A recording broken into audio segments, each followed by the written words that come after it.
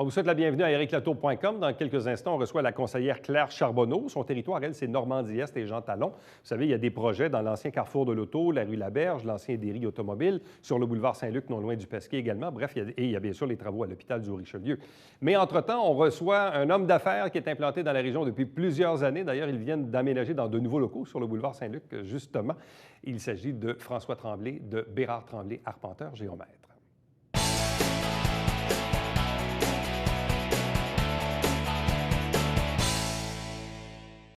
L'une des entreprises établies à Saint-Jean-sur-Richelieu depuis plusieurs années, en fait depuis une trentaine d'années, vient de s'établir dans de nouveaux locaux, situés cette fois au 435 boulevard Saint-Luc à Saint-Jean-sur-Richelieu. Et je parle ici de Bérard Tremblay, avec nous son président François Tremblay. Bonsoir et bienvenue. Bonsoir, Eric. C'est quoi la petite histoire de Bérard Tremblay?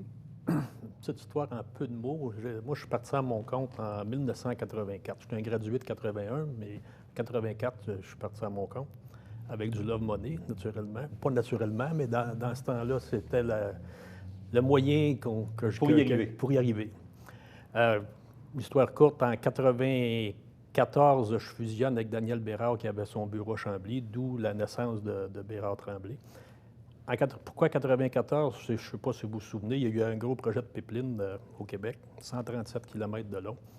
Et j'avais le lead pour avoir le mandat, mais j'étais un peu trop petit.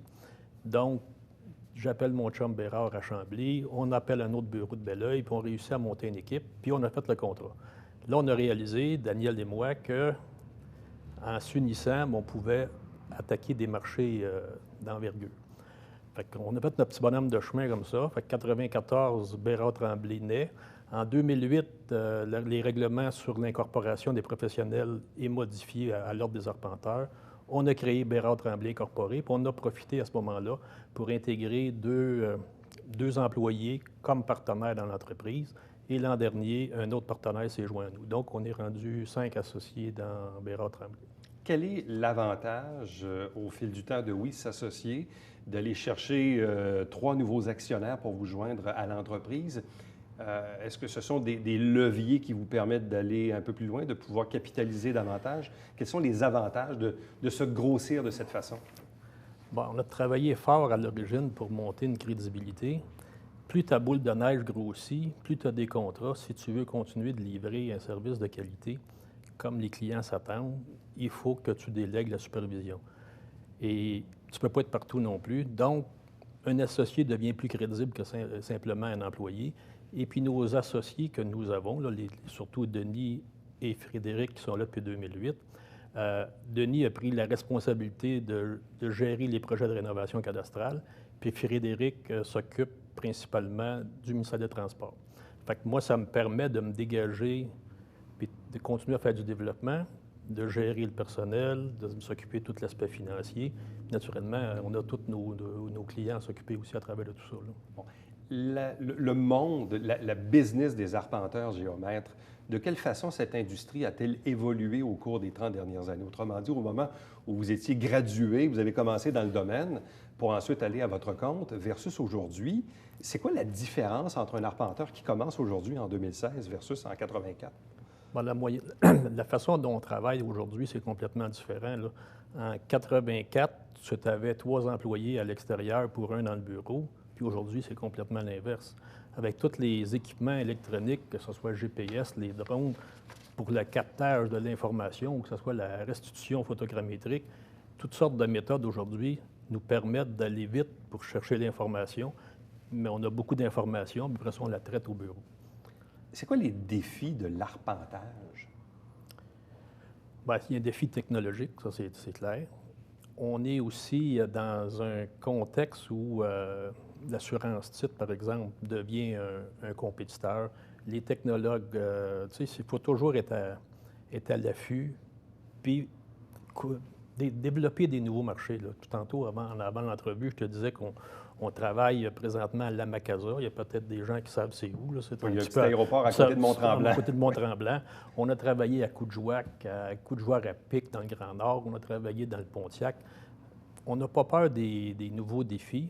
Puis naturellement, quand on se déplace, les contrats sont d'envergure puis sont intéressants. Mais qu'est-ce qui fait qu'une entreprise de Saint-Jean-sur-Richelieu obtient des contrats dans des régions aussi, bien, pas éloignées, mais disons quand même à l'extérieur du territoire? Bien, maintenant, ces appels d'offres sont publics. Fait que souvent, c'est des questions de prix, mais souvent aussi, le prix arrive en deuxième. Il faut se qualifier. Il y a des grilles d'évaluation. Il y a des grilles d'évaluation. Le premier contrat de pipeline qu'on a eu avec les gens de Calgary, c'est parce que je leur avais brossé la soupe un petit peu, là, en disant que... Parce que dans le temps, c'était des arpenteurs de l'Ontario ou de l'Ouest canadien qui venaient faire l'arpentage au Québec. OK. Fait que moi, je leur avais dit que les Québécois, on était capables de faire de l'arpentage au Québec. Fait qu'ils n'ont pas aimé ça. Ils m'ont rencontré, ils m'ont dit, si on te donne un contrat, il ne faut pas que tu en parles quand tu as un contrat. Moi, je n'ai pas de problème avec ça, je vais être discret là-dessus.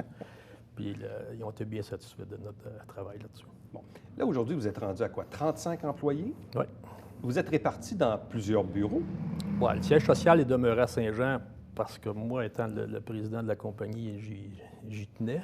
Il n'y a pas eu une grosse guerre à l'interne, mais quand même, on y a pensé parce que on a un bureau à Boucherville, un bureau à Chambly. Le développement se fait beaucoup. On travaille sur le train électrique. Ça se fait beaucoup dans la direction de Brossard. Fait qu'on a pensé à se relocaliser plus proche de cette région-là. Mais finalement, on est resté ici parce que mes racines sont ici. Bon. Vous êtes basé aussi du côté de Lac-Brome? Oui, Lac-Brome, on a acheté ce bureau-là il y a 2 ans. Puis dans quelques semaines, on vous annoncera une autre acquisition. Dans l'Estrie? Non. Non, OK. Non. Ça, c'est...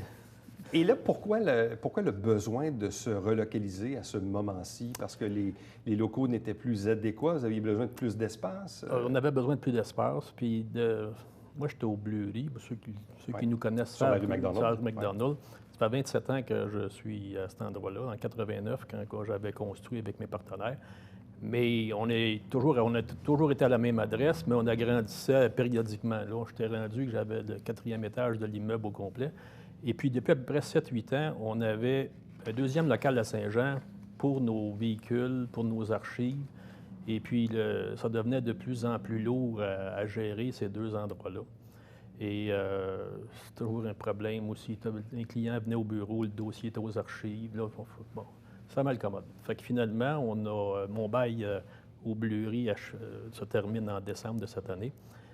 Donc, l'année passée, on a commencé à regarder qu'est-ce qu'on fait. On se relocalise, on achète, on loue, on loue, bien on achète, ou bien non, on trouve un nouvel emplacement. Finalement, on a trouvé l'endroit qui est le 435, c'est l'ancienne AGP, qui est sur le boulevard Saint-Luc. Donc, pas loin des légendes. Pas loin des légendes, qu'on a légèrement... Modifié? Modifié. Je pense que le mot est faible. Il n'y a personne qui reconnaîtrait la bâtisse d'avant. Là, vous disposez de combien de pieds carrés? 10 000. Vous avez 10 000 pieds carrés. C'est ça. Bon. Fait qu'avant, j'avais 5 500 pieds au Bleury et 2 000 ailleurs dans un autre local. Donc, ça sera beaucoup plus pratique, là, ça l'est, parce que là, vous êtes installé depuis quelques semaines, là, déjà. On a commencé à opérer cet endroit-là le 8 août dernier. Bon. Quels sont les contrats importants que vous avez en ce moment sur lesquels vous travaillez? Bien, on travaille sur la portion sud là, du train électrique qu'on a actuellement en rénovation cadastrale. La région de Saint-Jean ici est terminée, mais on a 10 mandats un peu partout dans le Québec à réaliser. C'est qu'il y a beaucoup de travail. C'est la dernière année que le ministère donne des contrats en rénovation cadastrale et la période pour les réaliser, c'est jusqu'en 2021. Donc, dans les 4-5 prochaines années, on a beaucoup de boulot en rénovation cadastrale. Bon, le ministère des Transports était un petit peu plus discret depuis 2 ans, mais on a déjà eu un gros volume avec le ministère des Transports, notamment la 35. Bon. Question plus néophyte. L'arpentage, pour le commun des mortels, ça sert à quoi? Bien, le commun des mortels, il a besoin de nos services quand il vend sa maison. Ça, le commun des mortels, c'est à peu près juste, pas juste ça, mais c'est principalement ça parce que ça le touche directement. Il va avoir besoin de nos services s'il veut savoir où ses limites. Là, il va nous appeler, il va nous dire « Viens planter mes bornes ». Quoique des bornes, c'est juste dans une opération de bornage. Le vrai terme, c'est les repères d'arpenteurs. Et lorsqu'il y a un projet de construction d'une nouvelle résidence, bon, il y a tout l'aspect implantation, planification du positionnement de la maison. et certificat de localisation. Et les fameux certificats de localisation que les gens ont besoin quand ils transigent justement des immeubles. Vous avez dit tantôt qu'aujourd'hui, on fait de l'arpentage par drone. Ça fonctionne comment? Bien, le drone supporte une caméra qui prend une multitude de photos. Et après ça, les logiciels qu'on a au bureau interprètent tout un paquet de points, de pixels. Et avec ça, on peut faire ce qu'on veut. On peut calculer de la volumétrie, on peut faire des plans, on peut faire plein de choses. Bon, vous avez déjà été président de l'Ordre. J'ai été président de l'Ordre, oui. Et c'est quoi les défis de cette industrie-là? Parce qu'il y a quelques semaines, on recevait ici des gens de l'École professionnelle des métiers où il y avait quelques cours, dont l'arpentage, géométrie, où sur 22 places disponibles, il n'y en avait que 12 ou 13. Donc, ce qu'on sentait, c'est qu'il y avait un besoin de main-d'œuvre, mais qu'on n'arrivait pas à combler les places disponibles, même dans une école qui, ici à Saint-Jean, offre ce cours-là. Donc, c'est quoi les défis de l'industrie? Avez-vous des défis de main-d'œuvre, des défis technologiques? Est-ce qu'il est vrai de dire que vous avez parfois de la pénurie de main-d'œuvre? On a de la pénurie de main-d'œuvre. Moi, j'ai 3 postes d'affichés actuellement. Là. Ah oui? Oui. Et on n'arrive pas à les combler parce qu'il n'y a pas de candidature?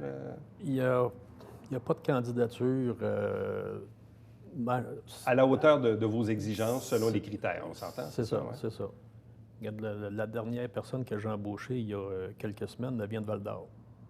Oh là là. C'est pas dans... Puis c'est une Française qui vient de Val-d'Or. Là, j'engage une personne dans les prochaines semaines, c'est une Bulgare. Je ne sais pas si le domaine de l'arpentage nous intéresse plus. C'est un peu ma question, parce que quand je réfère à l'entrevue que j'ai faite avec les gens de l'EPM il y a quelques semaines, pourquoi l'arpentage n'est peut-être pas aussi ciblé de la part des futurs étudiants? Est-ce que la profession est mal connue? Est-ce que la profession a besoin peut-être de se faire connaître un peu? On n'est pas nombreux. Des arpenteurs géomètres dans le Québec, il y en a 1000 et quelques. Donc, c'est pas beaucoup si tu compares, je ne sais pas, aux notaires qui sont 6 000 ou aux ingénieurs qui sont 35 000. C'est peut-être ça. Il n'y a pas beaucoup de campagnes de promotion pour ça, de publicité. Mais le gros défi, c'est dans les 4-5 prochaines années, il va y avoir beaucoup de départs à la retraite aussi. Là. Ouais. Il va y avoir plus de retraités que de gens qui vont arriver comme membres de l'Ordre. Fait que c'est Dernière question, est-ce qu'il y a de la relève chez Bérard Tremblay? Même si vous êtes relativement jeune encore? De la relève. Bien, mes 2 filles elles sont dans l'entreprise maintenant. Ils ne sont pas arpenteurs géomètres, mais ils sont membres d'ordre professionnel. Une des conseillères en ressources humaines, puis l'autre de l'ordre des comptables. J'ai, comme je vous disais, nos 3 associés qui sont plus jeunes. Daniel est de mon âge, mais les 3 autres sont autour de 40 ans, donc ils sont là encore pour un petit bout de temps. Et puis, on a 3 autres arpenteurs géomètres qui travaillent pour nous. On en a un qui est en stage chez nous. Donc, je ne dirais pas qu'il n'y a pas de problème, mais je pense qu'on contrôle nos destinées. François Tremblay, merci beaucoup. Félicitations. Bonne chance. Merci. Plaisir. Restez avec nous. Au retour, on vous parle du district Jean Talon de Normandie-Est avec la conseillère Claire Charbonneau.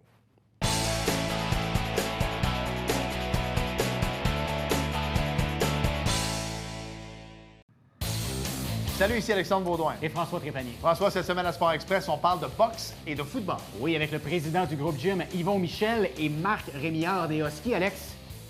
Manquez pas ça.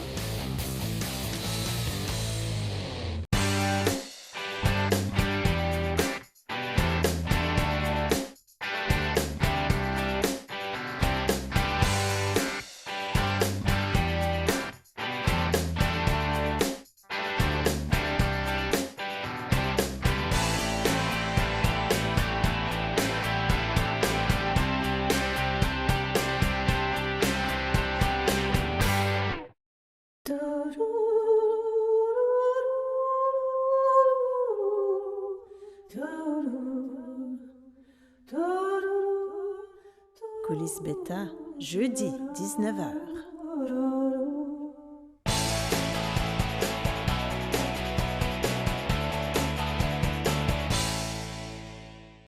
Depuis le début de la présente saison de l'émission, on reçoit tour à tour, comme on le fait à chaque automne, les conseillers municipaux des 12 districts de la ville de Saint-Jean-sur-Richelieu. Question de dresser le bilan, mais aussi les enjeux de la prochaine année. Oui, on le sait, en plus, on est à 1 an maintenant de l'élection, donc il y a déjà 3 ans de fait dans le présent mandat.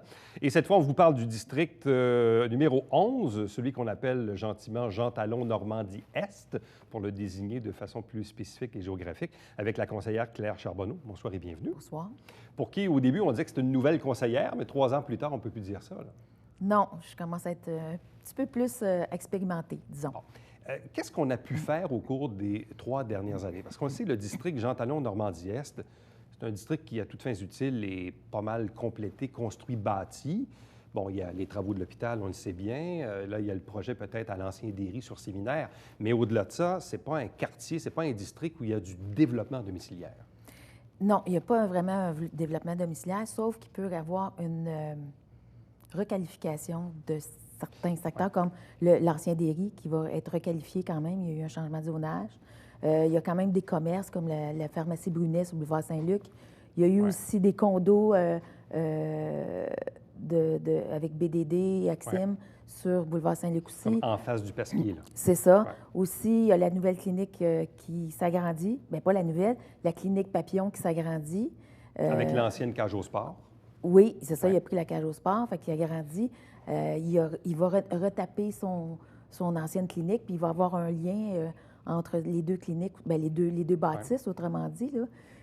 Il y a d'autres projets aussi qui s'en viennent aussi.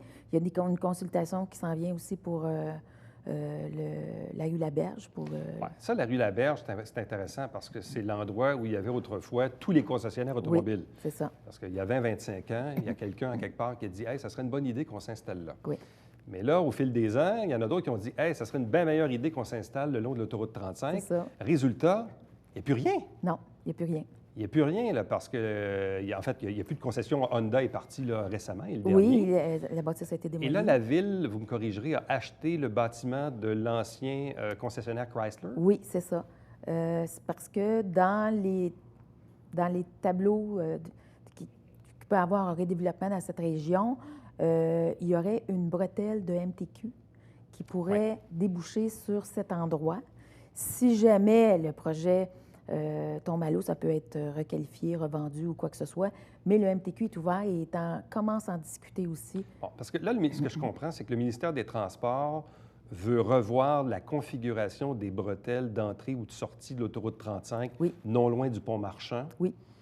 Il y a aussi l'intersection, la double intersection Laberge en face du Canadian Tower, où là, il y a comme le boulevard du Séminaire qui est là, mais il y a la rue Laberge qui est là, puis l'ancienne cage au sport. La rue Berthier. Puis la rue Berthier, c'est pas très efficient comme intersection. Non, c'est même pour les piétons aussi qui veulent traverser. Pour les gens qui sont sur la berge, la lumière est excessivement longue parce qu'il faut attendre que la berge, il faut attendre Berthier, il faut attendre le boulevard du Séminaire, il faut attendre... C'est pas évident, cet endroit-là aussi. Donc, on doit s'attendre au fil des ans ou au fil des prochaines années à ce qu'il y ait un redesign de tout ce quartier-là, dans le fond, là, à partir de la clinique 900 Papillon, la rue Berthier, la berge, les bretelles du MTQ, les anciennes concessions automobiles. Il y a encore le bâtiment Riel qui est encore là, physiquement sur place.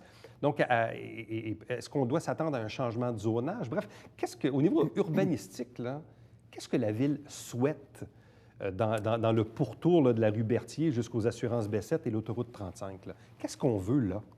Bien, disons qu'on a commencé à regarder, notre département d'urbanisme commence à regarder. On a eu des présentations qui sont quand même confidentielles aussi. C'est pas coulé dans le béton présentement que ça va être ça qu'il va y avoir. Là. Mais on veut du commercial ou du résidentiel? Ou les deux? Je pense que ça serait une mixité. Une mixité? Oui. Est-ce que les gens du quartier vous en parlent? Et vous-même, vous avez probablement vos propres idées, mais qu'est-ce qu'on souhaite comme ville? Parce que c'est quand même l'entrée de la ville. Oui. C'est quand même une entrée de la ville importante. Oui. Et à l'époque, c'était la vitrine des concessions automobiles. Mais qu'est-ce qu'on veut dans ce secteur-là? On veut de l'habitation? On veut du commercial? Si on veut du commercial, quel genre de commercial on veut? Bien, on a déjà la bâtisse de les assurances B7, qui est quand même une belle bâtisse aussi. Tout à fait. Là, il y a le groupe Sélection qui est en train de regarder peut-être pour construire une bâtisse aussi. Il y a, dépendamment de la bretelle, où ça va sortir aussi. Du commercial, c'est pas établi encore quel genre de commercial ou quoi que ce soit, mais on veut quand même quelque chose de beau. Comme vous dites, c'est quand même l'entrée de la ville. Est-ce que vous comptez consulter la population lorsque les projets seront peut-être un peu plus tangibles pour mesurer un peu ce que les gens veulent? Là? Oui, parce on va la consulter cette semaine pour le projet sur la rue Laberge. On l'a consulté pour le projet d'Éry. Fait que c'est sûr que la population, on leur demande parce qu'on ne veut pas arriver, puis un projet arrive, on veut faire du changement de zonage, les gens ne sont pas contents ou des choses comme ça. Mais il ne faut pas oublier que ce secteur-là est quand même, en majorité, je dirais presque tous, des blocs appartements. Oui, oui, tout à fait. Le taux de déménagement des blocs appartements, c'est pas des gens qui sont là pendant 25 ans. Là. C'est ça, c'est ça. Fait que, tu sais, c'est bien beau consulter aussi, mais il faut tenir compte aussi que il peut en avoir des gens qui restent là en appartement depuis longtemps, mais c'est pas des gens sédentaires pendant des années. Le quartier de l'hôpital ou du Canadian Tire, Carrefour Bonneau, Le Sieur et tout ça, bon, évidemment, c'est un quartier où ça bouge.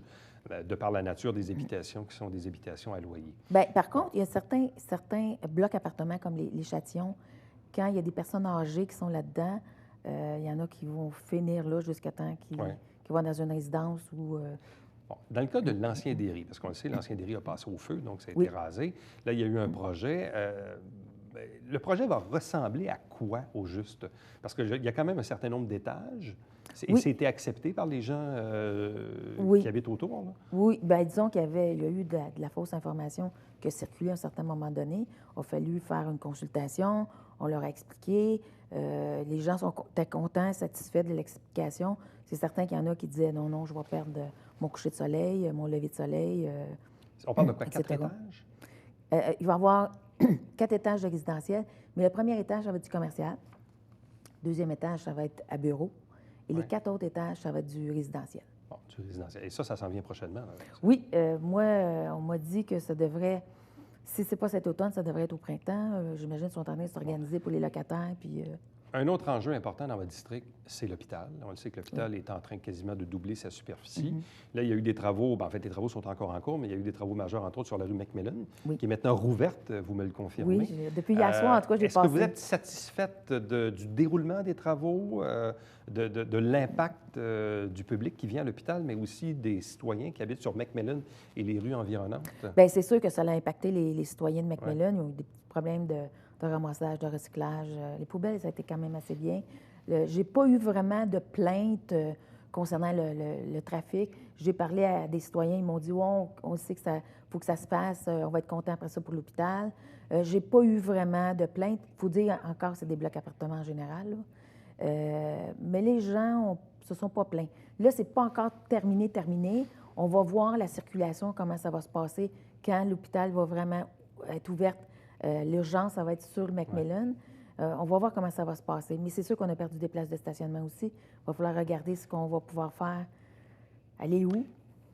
En 3 ans, comme nouvelle conseillère, quelle est la réalisation dont vous êtes le plus fier? Qu'est-ce que vous avez réussi à faire bouger dans votre district qui était important à vos yeux quand vous vous êtes présenté il y a 3 ans? Bien, comme vous dites, il n'y a pas grand-chose. Bien, disons que le projet d'Éry, quand même, c'est un beau projet. Puis je pense que ça va redorer un petit peu le blason du district aussi. Là, je travaille le boulevard du Séminaire, le boulevard Saint-Luc aussi, parce disons que la sécurité du boulevard Saint-Luc n'est pas là. Il n'y a pas de trottoir, il y a juste des accotements. Même au printemps, à l'automne, c'est plein de trous d'eau. C'est pas super beau. Est-ce que vous pouvez faire bouger ce dossier-là dans la prochaine année?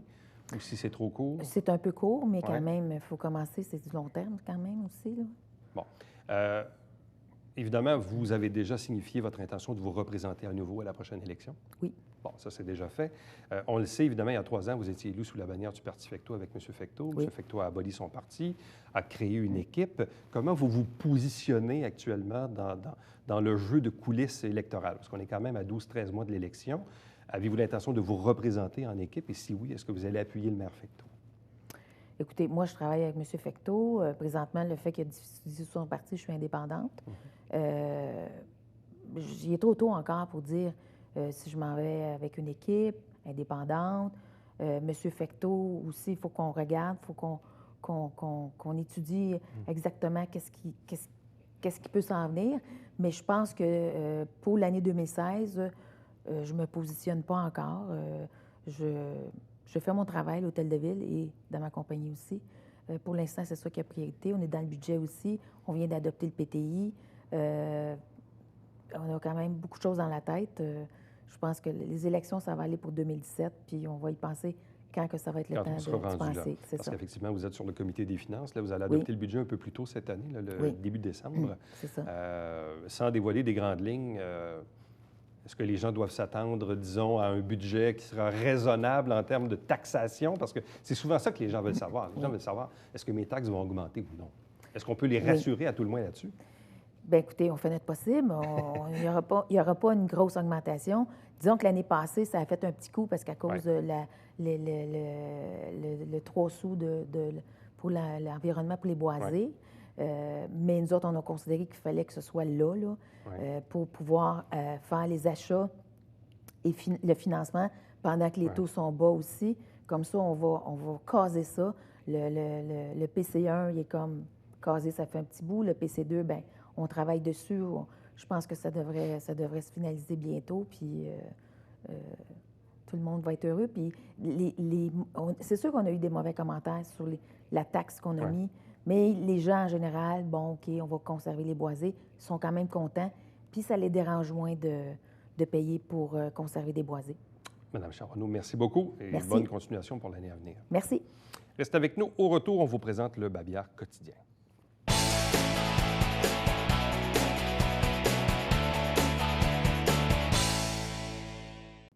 À inscrire à vos agendas, à compter du 1er novembre, c'est le retour de la collecte des ordures ménagères aux 2 semaines. Donc, faites pas le saut si vous mettez le bac et qu'il n'est pas ramassé. Donc, retour aux 2 semaines à partir du 1er novembre.